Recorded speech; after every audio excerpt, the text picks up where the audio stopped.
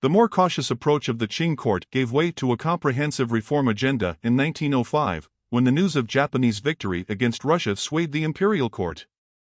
That same year, the empire abolished the millennia-long imperial examination system that focused on the teaching of Confucian classics. Reformers urged the teachings of the scientific disciplines along with traditional subjects in the newly sprouted schools, universities, and military academies.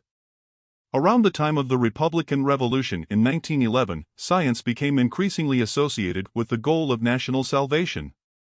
In 1914, a group of overseas Chinese students established the Science Society of China with the goal of saving the nation with science. Their work began with the publication of Science, one of China's first academic journals aimed at the popularization of scientific knowledge.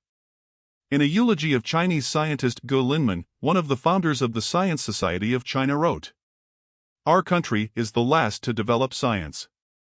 Mr. Ge Linman hoped that once the Chinese people realize that science is the only tool to save China, and once more and more people engage in scientific work, the country will be quickly renewed. Important contributions will be made, not only to the country, but also to the world. The scientific revolution in China crept into its radical phase during the May 4th movement. Starting in 1919, progressive intellectuals rallied under the banner of science and democracy to eradicate the hidebound Confucian tradition which kept the nation backward. Here, science captured the imagination of Chinese intellectuals and revolutionaries as an all-encompassing value. Chinese intellectuals started to treat scientific progress as an absolute value to be used to criticize or negate other values. For instance, Chinese philosopher Feng Yulan, then a student of John Dewey at Columbia University in 1922, published an essay titled "Why China Has No Science." The question he posed captured the ethos of his time. If we compare Chinese history with the history of Europe of a few centuries ago, say before the Renaissance, we find that, although they are of different kinds, they are nevertheless on the same level. But now China is still old, while the Western countries are already new. What keeps China back? What keeps China back is that she has no science. Defining science as the power to understand and control natural phenomena, Feng Yulan argued that China never developed science because its traditional philosophy had no use for it. While Chinese philosophers sought internal harmony of one's soul, science is an exercise of seeking certainty and power in the natural world. With that analysis, Feng Yulan made his sweeping indictment against Chinese tradition. The Chinese conception of life may be mistaken, but the Chinese experience cannot be a failure. The mind energy of the Chinese people of 4,000 years will yet not have been spent in vain. The failure itself may warn our children to stop searching for something in the barren land of human mind. In other words, if China's tradition kept the nation backward, then the advancement of science demanded a decisive rejection of that tradition. Enchanted by the Nietzschean call for the transvaluation of all values, Chinese radicals sought to free the Chinese mind from the shackles of old values. The chief among them was Qin Duxiu, who pioneered the anti-tradition cultural movement and later led the foundation of the Communist Party of China. In 1919, Qin Duxiu outlined the mission of the May 4th movement. To defend Mr. Science, we must oppose old art and old religion. To defend both Mr. Democracy and Mr. Science, we must oppose the national essence and old literature. The rejection of old cosmology and philosophy required a replacement to fill the void. To Qin Duxiu, that replacement was science. Qin Duxiu was especially taken by the French Enlightenment thinker Auguste Comte, whose positivist philosophy divided human history into three ages: the religious age, the philosophical age, and the scientific age. To Qin Duxiu, China's experience since the 1860s confirmed Comte's theory. China had entered the age of philosophy when Western learning challenged Confucian thinking, but it needed to leap into the age of science with continued reform. In this new scientific understanding of history, what Qin Duxiu called historical materialism, the advancement of scientific understanding would propel Chinese society into a new and higher stage. Scientism flourished in China in the decades that followed the Republican Revolution.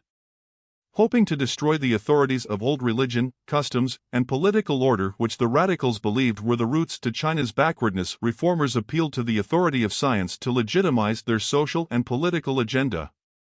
Under their influence, science morphed into a comprehensive doctrine that determined people's values, cosmologies, and grand narratives in the May 4th movement. as Hushi wrote in his introduction to an anthology of scientism in 1922. Over the past 30 years, one name has achieved almost supreme dignity in the country. No one, whether knowledgeable or not, whether old-fashioned or new, dares to openly express a contemptuous or teasing attitude towards it. That name is science. Whether this almost unanimous belief in science has any value is another question. We can at least say that, since China has been talking about the reform and change of the law, no self-appointed modern man dared to openly slander science. Title II: Humanist Pushback, a Clash of Two Cultures. Scientism was not without its critics. Stemming from a humanistic concern to maintain China's tradition and social fabric, the cultural conservatives despised the radicals' agenda to replace tradition with science. Indeed, scientism's materialistic ethos was an affront to Confucian ethics that placed a high value on personal cultivation, veneration of ancient sages, and the reading of the classics. World War I gave the conservatives a cause to voice their concerns. In 1920, the scholar-statesman Liang Qichao was profoundly shaken by the political, moral, and spiritual destruction he witnessed in Europe during his travel to the Paris Peace Conference. To him, Europe's devastation was a consequence of its excessively materialistic culture, which robbed society of all moral precepts, and he worried that the same fate would befall China if it did not resist the radicals' war against tradition. New authority has difficulty establishing itself, and yet old authority is abolished beyond restoration. Consequently, the entire society is thrown into skepticism, despair, and fear, just as a ship without a compass caught in a storm and enshrouded with a heavy fog at the same time. No one has any idea of what the future will be like. The Europeans had an enormous dream about the omnipotence of science, and now they began to decry its bankruptcy. Following Liang Qichao's lead, Neo-Confucian scholar Carson Chung delivered a speech at Tsinghua University in 1922 that contrasted science with outlook of life. While science was a useful discipline to advance human understanding, it could not and should not dictate questions related to society's outlook of life, including fundamental questions about gender equality, political regimes, religion, and so on. For those concerns, China needed to seek wisdom from its ancient teachings. In other words, science is a tool to strengthen the nation on the global stage, not a doctrine for the human heart.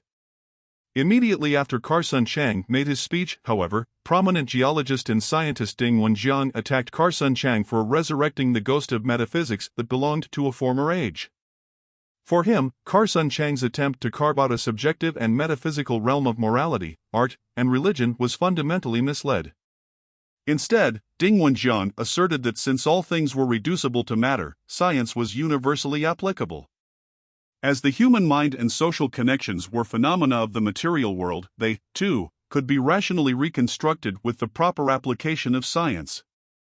Carson Chang and Ding Wenjiang's debate polarized the Chinese intellectuals in Beijing and beyond, marking the onset of the debate between science and metaphysics. While the ostensible division in this debate was about science and its limitations, the debate underscored a much deeper division.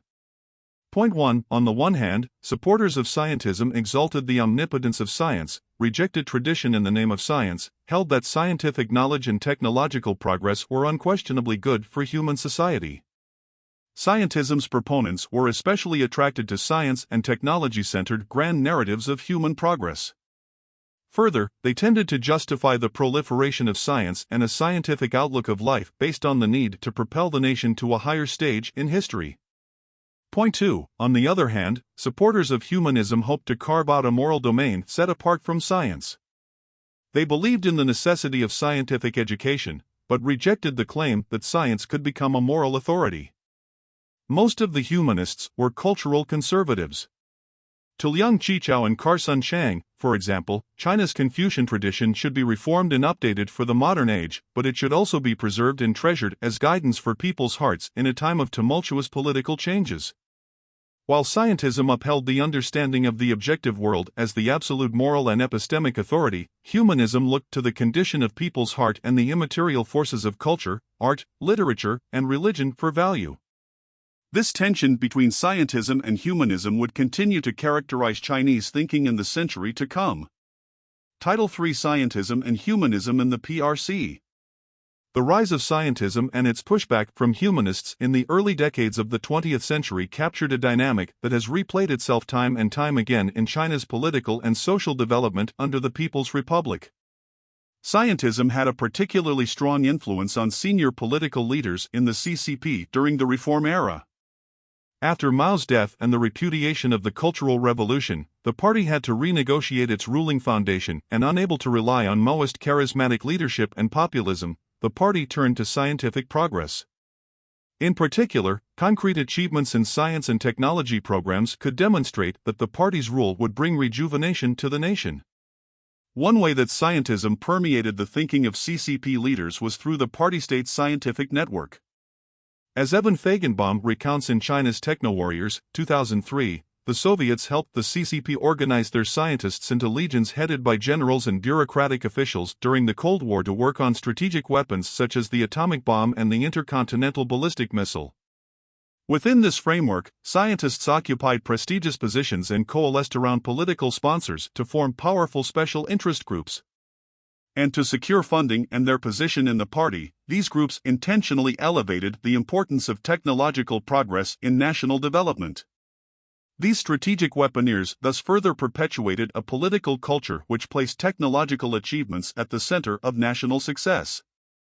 Beyond these special interest groups, foreign ideas also shaped the leadership's perception of science and technology in the Reform era.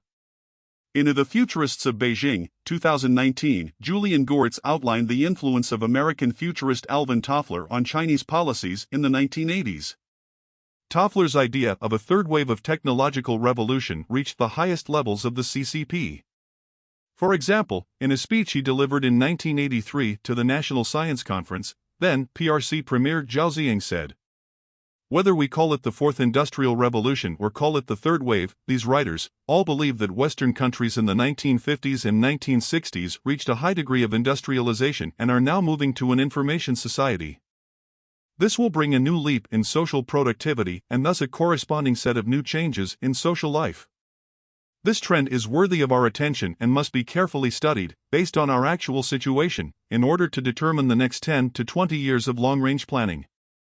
Thus, for Zhao Ziyang and other Chinese officials, China's economic and social transformation depended on its ability to adapt to this new technological revolution. The narrative of a world historic technological revolution propelled the party's S&T policy. The risk that China would once again lag in a global technological revolution was too grave to bear. This anxiety compelled the party to launch the 863 program in 1986, a multi-billion-dollar technology research and development program that prioritized fields such as laser science, manned spaceflight, and high-energy physics. But China's 1986 goals in science and technology were noteworthy more for their glamour than for their relevance to China's immediate needs. As Evan Feigenbaum noted, the 863 program mystified foreign analysts. China in the 1980s lagged behind other nations in so many basic technologies, including infrastructure and training, that analysts wondered why it sunk so much money into esoteric areas such as gene splicing and complex new materials. The answer can again be found in the CCP's political culture.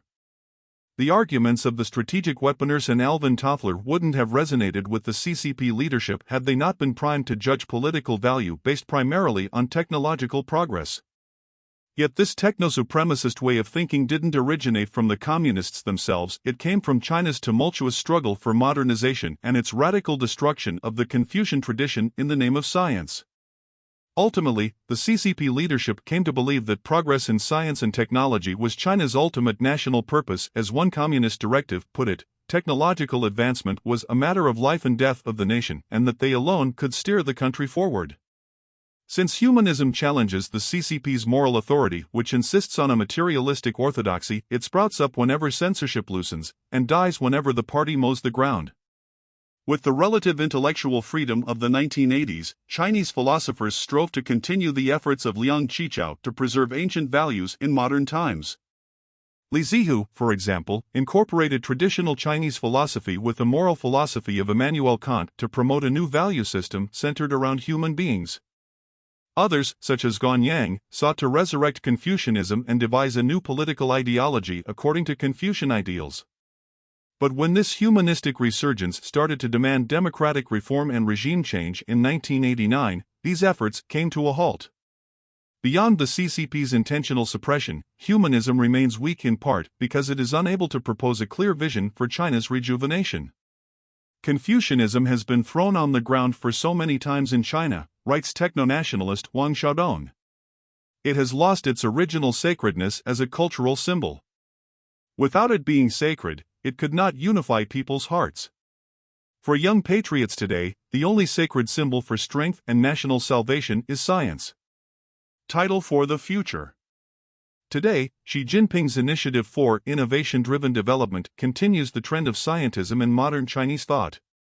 To him, science is a common endeavor of the Chinese people, and achievements in science bring glory not just to the individual scientists but also to the people collectively. In March 2023, he established the Commission on Science and Technology to strengthen the Central Committee's unified and centralized leadership over the nation's science and technology activities. Indeed, Xi Jinping believes that China must catch the tide of yet another technological revolution. The success of the CCP's science and technology capacity will determine the nation's fate. In a speech to the Chinese Academy of Science in 2021, Xi Jinping located China's technological mission in a world-historic scientific revolution. At present, the world is experiencing a new round of scientific and technological revolution and industrial transformation. From macroscopic domains of celestial movements, galaxy evolution, and the origin of the universe to the microscopic domains of gene editing, particle structure, and quantum control, these topics are at the frontier of the current scientific development in the world. And after listing a hodgepodge of research topics he believed were at the cutting edge of human knowledge, Xi Jinping then indicated where China ranked in this epistemic race. After years of hard work, the overall level of our state's science and technology has improved significantly. We have the foundation, confidence, and ability to seize the opportunities of the new round of scientific and technological revolution, take advantage of the situation, and do great things.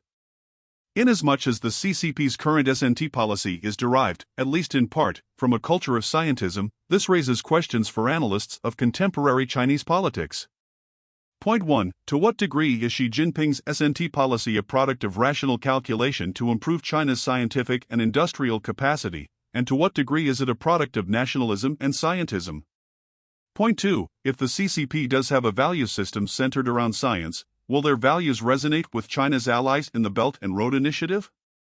Point 3. Is the culture of scientism conducive or obstructive to China's technological progress? Point 4. And under what conditions could humanism form an effective check against the excesses of scientism in modern China? These questions demand serious reflection in shedding light on the trajectory of China's progress over the coming decades.